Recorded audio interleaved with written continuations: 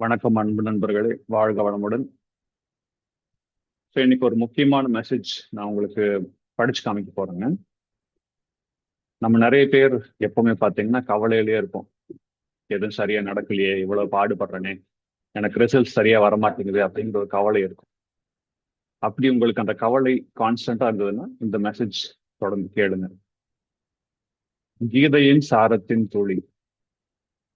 நான் 100% உழைச்சேனா, 100% உங்க பாடுபட்டீங்களா, அவ்வளவுதான் உங்களோட வேலை. அதோட உங்க வேலை முடிஞ்சது. ரிசல்ட் வந்து கடவுள் வேலை. இதை வந்து நீங்க உடைச்சு பார்த்தீங்கன்னா 3 விஷயம் அதுல இருக்கு. ஒண்ணு வந்து நான் 100% உழைச்சேனாங்கிறது, அதுதான் உங்களோட பவர். உங்ககிட்ட உங்க உங்க கண்ட்ரோல்ல இருக்கிறது அது மட்டும்தான். இங்கதான் உங்க முழு கவனம் இருக்கணும்.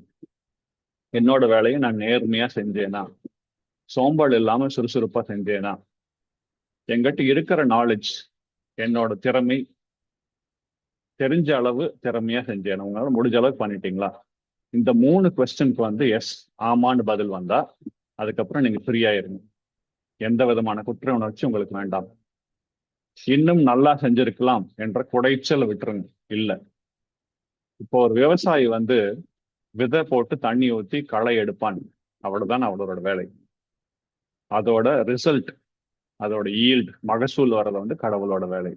அது கடவுளோட வேலை வந்து உங்களோட அதிகாரம் இல்லாத இடம். அது வந்து உங்க கண்ட்ரோல் இல்லை. விதை முளைக்குமா, மழை வருமா, பூச்சி அடிக்குமா, மார்க்கெட்ல விலை கிடைக்குமா, இது எதுவுமே விவசாய கையில இல்லை. அதே மாதிரிதான் நம்ம வாழ்க்கையும்.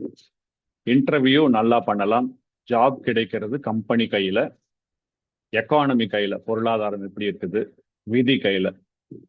பிள்ளையை நல்லா வளர்க்கலாம், அவன் எப்படி வருவான்னு அவனோட பிராரப்தம். இதை ஒத்துக்கிட்டா, இதை மட்டும் நீங்க ஒத்துக்கிட்டீங்கன்னா பதற்றம் போயிடும். ஈஸ்வரார்ப்பணம், செயலை கடவுளுக்கு அர்ப்பணிச்சுட்டா பாரம் இறங்கிடும். இதனால என்ன லாபம்? சரி, இப்படி பண்றதுனால என்ன லாபம்? நம்மளுக்கு நிம்மதி கிடைக்கும். ரிசல்ட்டை நீ சுமக்கலைன்னா தூக்கம் வரும், திறமை கூடும். ஃபெயில் ஆயிட்டா என்ற பயம் இல்லாமல் வேலை செஞ்சா பர்ஃபார்மன்ஸ் ஏறும். நீங்க ஒரு சைட்ல கவலைப்பட்டுக்கிட்டே ஒரு வேலை செஞ்சுட்டு இருந்தீங்கன்னா 50% பர்ஃபார்மன்ஸ் தான் கொடுக்க முடியும். அந்த பயம் எதுவுமே இல்லைன்னா உங்களோட பர்ஃபார்மன்ஸ் வந்து ஆட்டோமேட்டிக்கா ஏறி போகும். நீங்க கிரிக்கெட்ல வந்து அவுட் ஆயிருமோன்னு பயந்து ஆடுறவன் வந்து சீக்கிரம் அவுட் ஆயிடுவான்.